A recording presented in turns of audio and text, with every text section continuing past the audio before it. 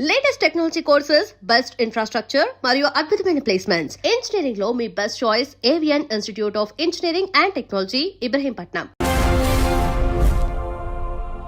అమెరికాలో తీసుకుంటున్నటువంటి రోజుకొక నిర్ణయాలు అనేవి విద్యార్థుల భవిష్యత్తును ప్రశ్నార్థకం చేస్తున్నాయా? ముఖ్యంగా తెలుగు విద్యార్థుల భవిష్యత్తు ఏంటి? వాళ్ళంతా తిరిగి రావాల్సిందేనా? బోల్డ్ అని డౌట్స్ అనేవి వస్తున్నాయి ఒకవైపు స్టూడెంట్స్లోనూ, మరోవైపు ఇక్కడే ఉన్నటువంటి తల్లిదండ్రుల్లో కూడా. నిజంగా ట్రంప్ అలాంటి డెసిషన్స్ ఎందుకు తీసుకోవాల్సి వస్తుంది? తమ దగ్గర చదువుకోవడానికి వస్తున్న వాళ్ళకి ఎందుకు అంతలా అన్యాయం చేస్తున్నారు? దాని వెనకాల ఉన్నటువంటి మతలబేంటి? మనతో పాటుగా ఉన్నారు సీనియర్ జర్నలిస్ట్ జిఆర్ మహర్షి గారు. నమస్కారం అండి. యూజువల్గా ఒక వినిపిస్తున్న వాదన ఏంటంటే, ట్రంప్ వచ్చాడు కాబట్టి ఫస్ట్ అమెరికన్లకి ప్రయారిటీ ఇస్తున్నాడు. ఓకే, అమెరికన్లకి ప్రయారిటీ ఇవ్వాలి, కాదనట్లేదు.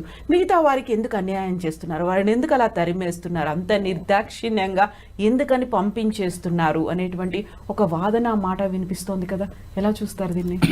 ఇదేం లేదు మేడం, గాలిబుడగ కదా. ఇప్పుడు గాలిబుడగ సిద్ధాంతం ఏంటి? ఎంతసేపు గాలిలో ఎగిరినా ఒకరోజు పేలిపోతుంది.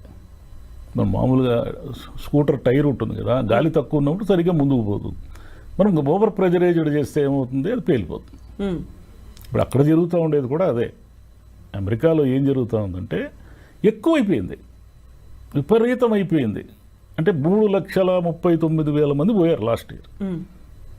మీకు 1980 ఆ ప్రాంతంలో తీసుకుంటే చాలా కొంచెం బాగా డబ్బులు ఉండేవాళ్ళు, కొంచెం ఐఫై ఫ్యామిలీస్ నుంచి పోయేవాళ్ళు అమెరికాకి. పోయి అక్కడ వాళ్ళకి నచ్చితే సెటిల్ అయ్యేది. అట్లా 90s తర్వాత ఏమైందంటే, ఈ వరల్డ్ లిబరలైజేషను వీటన్నిటి ప్రభావం వల్ల మధ్యతరగతికి కూడా అమెరికా అందుబాటులోకి వచ్చింది. మధ్యతరగతి పిల్లలు కూడా అమెరికా పోయి అక్కడే ఏదో ఉద్యోగాలు చూసుకొని అక్కడే సెటిల్ కావడం ఇదంతా స్టార్ట్ అయింది. ఇది క్రమేపీ ఏమైపోయిందంటే, ఈ 20-25 ఏళ్లలో విపరీతంగా మన వాళ్ళు అక్కడ ఉన్నారు. సరే, మన వాళ్ళు ఉంటే ఏమిటి ఇబ్బంది వాళ్ళకి అంటే, వీళ్ళ సంఖ్య పెరిగిపోయి, ఈ ఏషియన్స్ కానీ ముఖ్యంగా ఇండియన్స్ కానీ వీళ్ళంతా సంఖ్య పెరిగిపోయి అమెరికా వాళ్ళకి ఎవరైతే నేటివ్స్ అమెరికా వాళ్ళు ఉంటారో మాకు అన్యాయం జరుగుతూ ఉంది, మాకు ఉద్యోగాలు లేకుండా పోతున్నాయి, మా పరిస్థితి ఏమిటి అనేది ఒకటి మొదలైంది. ట్రంప్ గెలవడానికి ముఖ్యమైన కారణం ఏమంటే, ఈ అమెరికాకు సంబంధించిన అన్యాయం జరుగుతుందని మన వాళ్ళు కూడా ట్రంప్కి వేశారు. అక్కడ ఉన్నటువంటి ఇండియన్స్, ఓటు హక్కు ఉన్న వాళ్ళు కూడా ట్రంప్కే వేశారు ఈసారి. ఎందుకు వేశారు అంటే, ఈ ఇండియన్స్ సంఖ్య వీళ్ళందరూ తగ్గించేయాలి, వీళ్ళందరూ వెనక్కి పంపించేయాలి అనేది పాయింట్. సరే, ఇప్పుడు మన పిల్లలు అక్కడ ఉన్నారు కదా, ఏమిటి వాళ్ళ పరిస్థితి అంటే, ఇప్పుడు ఉన్న పరిస్థితుల్లో అక్కడికి వెళ్ళిన వాళ్ళు చాలా ఇబ్బందులు పడాల్సిన ఒక సిచ్యువేషన్ ఎదురైంది. ఎందుకు ఎదురైందంటే, సరే డబ్బులు బాగా ఉండి ఫీజులన్నీ కట్టుకొని నెలకు ఇంటి నుంచి 2 లక్షలు 3 లక్షలు ఖర్చులకు తెప్పించుకోగలిగి చదువుకున్న విద్యార్థుల శాతము 10-20% మించి ఉండదు. వాళ్ళు ఓకే, వాళ్ళకు వచ్చిన ఇబ్బంది ఏమీ లేదు, ఎందుకంటే వాళ్ళకేం పని చేయాల్సిన అవసరం లేదు. మిగతా వాళ్ళు ఉన్నారే 70-80% మంది, వీళ్ళు ఏం చేస్తారంటే, ఇక్కడ బ్యాంకులో ఏదో అప్పు తీసుకోవడము, ఏదో వాళ్ళకున్న ఆస్తులు షూరిటీ చూపించి అప్పులు తీసుకోవడము, ఫీజులు కట్టడానికి సరిపడా అక్కడ వెళ్ళి జాయిన్ కావడము, జాయిన్ అయిన తర్వాత చదువుకుంటూ పార్ట్ టైం చేస్తూ నెలకు ఒక $1,000 $1,500 సంపాదించుకొని తమ ఖర్చులకి వర్కౌట్ చేసుకుంటారు.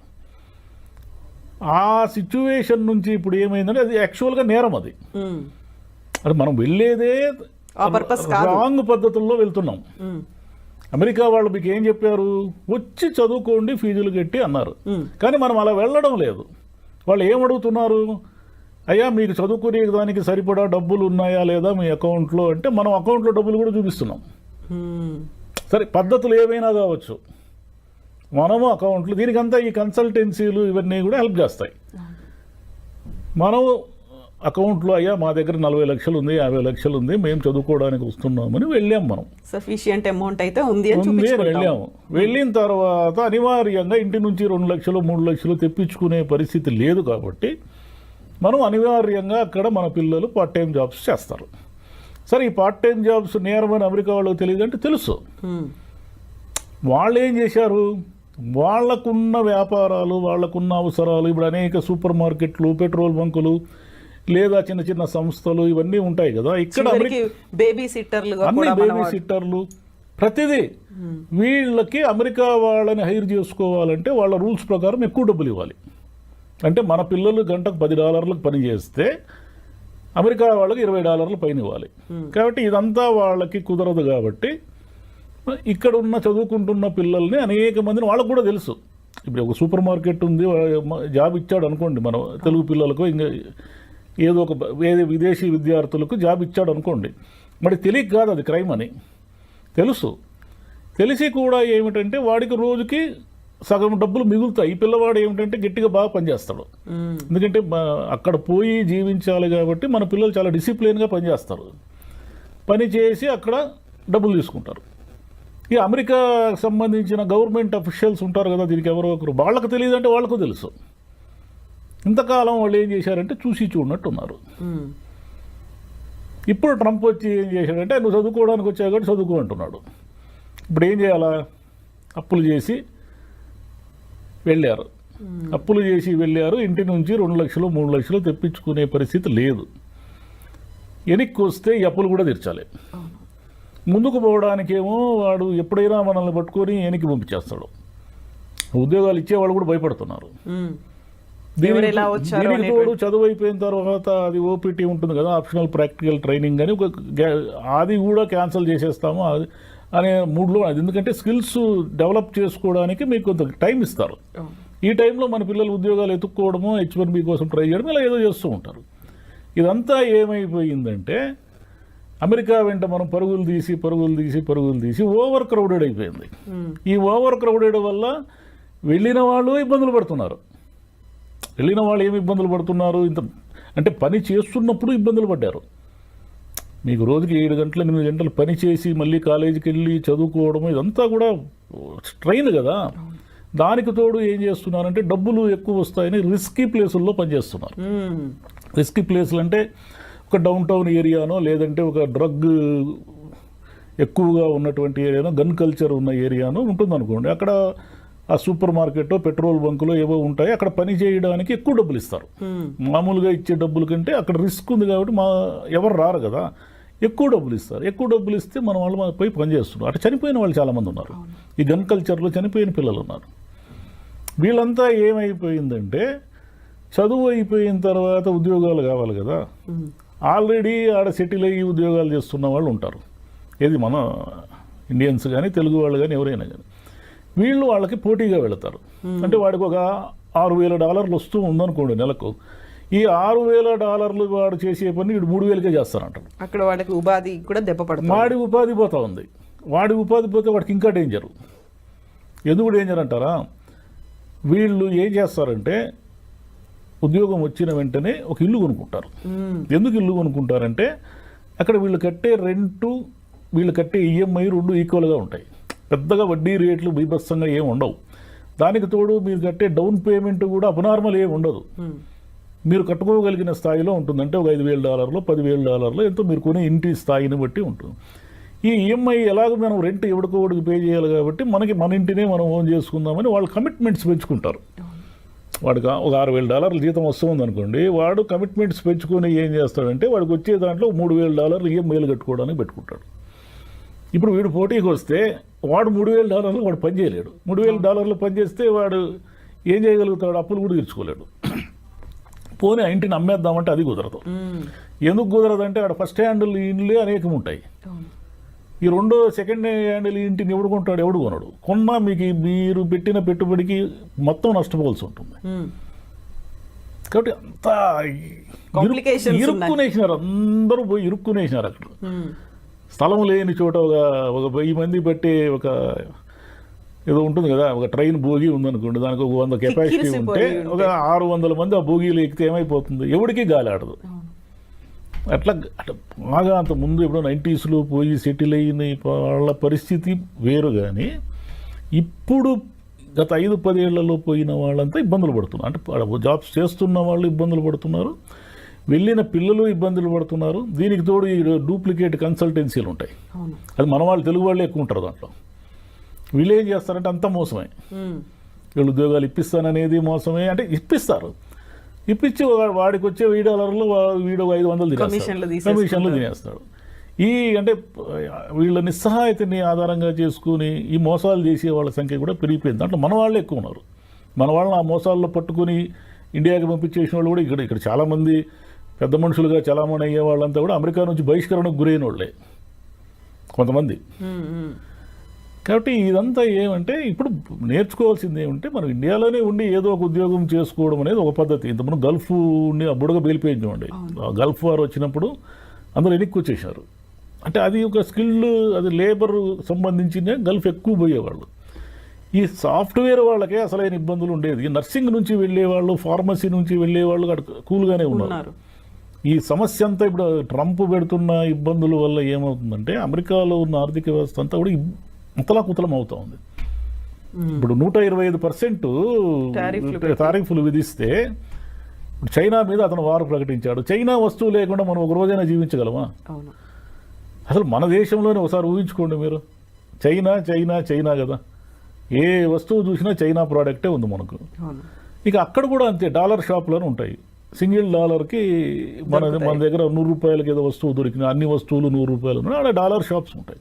ఈ డాలర్ షాపుల్లో సగం చైనా వస్తువులే ఉంటాయి. మరి వీటన్నిటినీ మీరు సుంకాలు పెంచి ఇవన్నీ చేయడం వల్ల అవన్నీ రేట్లు పెరుగుతాయి కదా. మీకు ఎగుమతులు మీకు ఎలాగైతే తగ్గిపోతాయో దిగుమతుల మీద వచ్చేవన్నీ కూడా రేట్లు పెరుగుతాయి. ఇవన్నీ రేట్లు పెరిగినప్పుడు వాళ్ళకి సహజంగానే అమెరికన్స్ ఏం చేయాలా, ఖర్చులు తగ్గించుకుంటారు.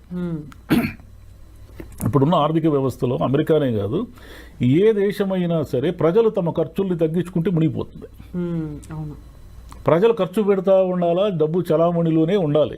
మనకెందుకు ఇన్ని ఈఎంఐలు అవి ఇవి డిస్కౌంట్లు అని ఇచ్చి అన్ని కొనిపించేది, మన దగ్గర రూపాయి ఉండకూడదు. మనం ఎప్పుడు అప్పుల్లోనే ఉండాలి, నెల నెల బిల్లులు కడుతూనే ఉండాలి. మనం ఇంత మునుపు మీరు గమనిస్తే 20-30 ఏళ్ల క్రితము పొదుపుకు సంబంధించిన అడ్వర్టైజ్మెంట్లు వచ్చేటివి.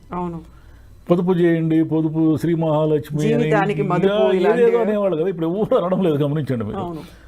పొదుపు అనే అడ్వర్టైజ్మెంట్ పొరపాటున కూడా రాదు. డబ్బులు ఖర్చు పెట్టించే అడ్వర్టైజ్మెంట్లు 100 ఉంటాయి. అందులో ఆఫర్లతో పాటు ఆఫర్లు, కార్లు కొనండి, బట్టలు కొనండి, బంగారం కొనండి, ఇల్లు కొనండి, అవి కొనండి, ఇవి కొనండి. అంటే మీరు నిరంతరము ఈఎంఐలు కడుతూ బిల్లులలో అంటే అప్పుల్లో ఉంటేనే ఆర్థిక వ్యవస్థ నడుస్తూ ఉంటుంది. మనకంటే అమెరికా ఇంకా ఘోరం. అమెరికాలో ఏంటంటే నిరంతరం డబ్బు చలామణి జరుగుతూనే ఉంటేనే వాళ్ళ ఆర్థిక వ్యవస్థ నిలబడుతుంది. అంటే ఈ విషయాలన్నీ ట్రంప్కు తెలియవంటే తెలుసు. అతను ఏదో అమెరికాని మళ్ళీ గ్రేట్ చేయాలనేది నినాదం పెట్టుకున్నాడు కదా. నినాదం పిచ్చి పెట్టి అతనికి ఇవన్నీ చేస్తున్నాడు. ఇవన్నీ చేయడం వల్ల వచ్చేది ఏమిటంటే అమెరికా వాళ్ళు ఇబ్బందులు పడతారు, మన వాళ్ళు అంతకంటే దారుణంగా ఇబ్బందులు పడతారు. ఇప్పుడు మన విద్యార్థులందరినీ కూడా పంపించేస్తున్నారు చిన్న చిన్న కారణాలతో. అంటే మీరు పొరపాటున డ్రైవింగ్ తప్పు చేసి మీ మీద ఒక చలానా ఉన్న టికెట్ ఉన్నా కూడా మీరు శిక్షార్హులే, మీరు వెళ్ళిపోయిన ఇంటికి 15 రోజుల్లో అంటున్నారు. అంటే ఏదో కోర్టులు అవి ఇవి నడుస్తున్నాయి అనుకోండి. ఈ 3 ఏళ్ళు కష్టమే వాళ్ళకి. ట్రంప్నే వాళ్ళే ఏరుకోరి ఎందుకు తెచ్చుకున్నారు? ఆయన ఏదో మా అమెరికాని మార్చేస్తాడని తెచ్చుకున్నారు.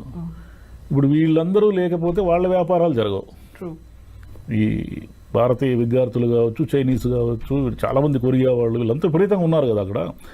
వీళ్ళందరూ లేకుండా $4,380 కోట్ల వచ్చింది అమెరికాకు ఆదాయం కేవలం విద్యార్థుల వల్ల, విద్యార్థులు ఫీజులు కట్టడం వల్ల. మరి ఇదంతా ఆదాయమే కదా. అసలు వీళ్ళంతా లేకపోతే ఆడున్న యూనివర్సిటీలు సగం మూసేస్తారు. ఎక్కడున్నాయి ఆడ? వీళ్ళు మన పిల్లలు, విదేశీ పిల్లలంతా చేరితేనే కదా అమెరికాలో అన్ని యూనివర్సిటీలు నడుస్తున్నాయి. మరి వాళ్ళంతా ఏమైపోవాలా? కాబట్టి ఇదంతా ఒకరినొకరిని చుట్టుకునేసింది. అందరూ చక్రవ్యూహంలో ఇరుక్కున్నారు పోయి. ఈ ట్రంప్ మరి తగ్గినట్టే కనిపిస్తున్నాడు. తగ్గితే మంచిది. కానీ ఇంకే అమెరికా బుడగైతే పేలిపోయింది. ఇంక పల్లెల్లో కూర్చొని మావాడు అమెరికాలో ఉన్నాడు, మా అమ్మాయి అమెరికాలో ఉంది. ఇప్పుడు మీరు ఏ పల్లెటూరు కన్నా పోండి, ఒక 25 మంది పెద్దవాళ్ళు కనిపిస్తారు అమెరికా చూసి వచ్చిన వాళ్ళు. ఒకప్పుడు అమెరికా ఏ దిశలో ఉందో కూడా ఎవరికి తెలియదు. ఈరోజు మీరు ఏ పల్లెటూరులో అయినా అడగండి, ఆ పల్లెటూరులో 10 మంది అమ్మాయిలు అబ్బాయిలు అమెరికాలో ఉంటారు. ఆ ఊరిలో ఉన్న పెద్దవాళ్ళు, ముసలి వాళ్ళు కూడా అమెరికాని చూసి వచ్చిన వాళ్ళు అనేక మంది ఉంటారు. ఎందుకంటే ఇప్పుడు పిల్లలకి ఏదైనా పురుడు, డెలివరీలు ఇవన్నీ అయినప్పుడు అక్కడ ఖర్చులు భరించలేరు కాబట్టి యాక్చువల్గా వీళ్ళు పోయేది అసిస్టెంట్లుగానే, హెల్త్ అసిస్టెంట్లుగానే పోయేది మనము. కానీ మనం ఏదో చెప్పుకుంటూ ఉంటాం అమెరికా పోయించినాం అని. కాబట్టి ఈ డాలర్స్ డ్రీమ్ అనేది బుడగా అయిపోయింది దాని పని. ఈ అయిపోయిందని దాన్ని గుర్తించి ఇంక అప్పులు డబ్బులుంటే పోండి, మీరు ఉద్యోగం చేయండి, లేదంటే వెనక్కి వచ్చేయండి, ఏమైనా వీళ్ళు వెళ్తారు కదా, 3,30,000 మంది వెళ్ళారు కదా, వీళ్ళలో 20,000 మంది కూడా వెనక్కి రారు. 3,30,000, 3,15,000 మంది ఆడే ఉండాలనుకుంటారు. ఎక్కడున్నాడు స్పేస్, మీకు ఎక్కడుంది జాబ్స్, ఎక్కడున్నాయో లేదు కాబట్టి అది మీకు మీరు వెనక్కి రాలేరు. ఎందుకు రాలేరంటే ఇక్కడ ఉన్న కమిట్మెంట్స్ కోసం వెనక్కి రాలేరు. పైగా అక్కడ అలవాటు పడితే కూడా కష్టమే. ఎందుకంటే మీకు సివిక్ కమ్యూనిటీస్ కానీ, ఈ ట్రాఫిక్ కానీ, ఇదంతా ఒక సిస్టమ్ ఉంటుంది కదా, మనకు సిస్టమ్ ఉండదు ఇక్కడ. కాబట్టి ఆడ డ్రైవ్ చేసేవాడు ఈ డ్రైవ్ కూడా చేయలేడు, ఈ ట్రాఫిక్ తట్టుకోలేడు వాడు. ఏదో న్యూయార్క్ లాంటి నగరాలు మినహాయిస్తే మిగతా ఊర్లు ఎక్కడా కూడా పెద్ద ట్రాఫిక్ ఇవన్నీ ఏమి ఉండవు కదా. కాబట్టి అక్కడున్న సౌకర్యాలకు అలవాటు పడి అమెరికా వదిలి రావాలనిపించదు. అక్కడ ఉండాలంటేనేమో ఈ నిరంతరం స్ట్రగులు, చాలా ఇబ్బంది, అంటే ఏమంటారు, స్ట్రెస్ గురవుతున్నారు పిల్లలంతా కూడా. కాబట్టి ఇక మీద డబ్బులు ఉండేవాళ్ళు పోండి, ఇంటికాడ 40 లక్షలు 50 లక్షలు అప్పులు చేసిపోతే మాత్రం ప్రమాదాన్ని కోరి తెచ్చుకున్నట్టే.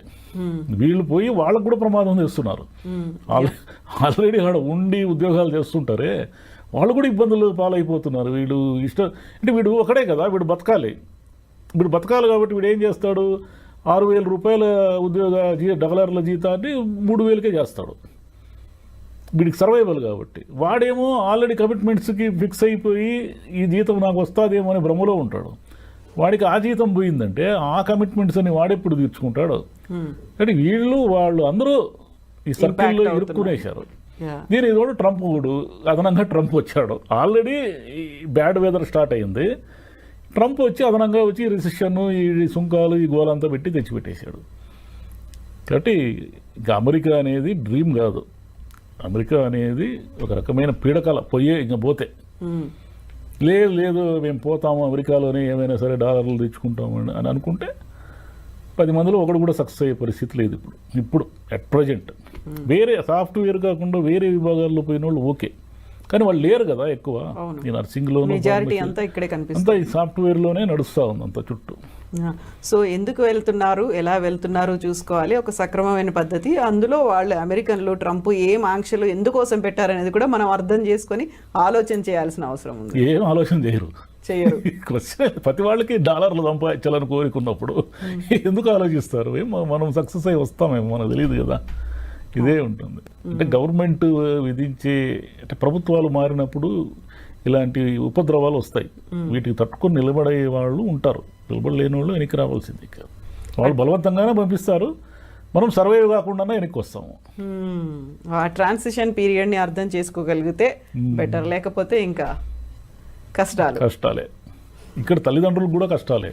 అవును, పాపం వీళ్ళేవో ఉన్న ఆస్తులు అవి ఇవి తాకట్టు పెట్టి పంపిస్తారు కదా. వాళ్ళకేమో ఇంటికి పోతే, ఖాళీ చేతులతో ఇంటికి పోతే అమ్మా నాన్న ఏమనుకుంటారని, వీళ్ళేమో మా పిల్లలు అమెరికాలో ఉన్నారని ఇక్కడ అది ఏమంటారు, అది ఆనందంగా చెప్పుకొని తిరుగుతూ ఉంటారు. అమెరికా నుంచి వాడు ఖాళీ చేతులతో వచ్చాడంటే వీళ్ళు షాక్ అయిపోతారు. ఈ చిన్న ఎమోషనల్ సమస్యలన్నీ ఉన్నాయి దీంట్లో. ఎస్ మహర్షి గారు, thank you so much sir. Thank you.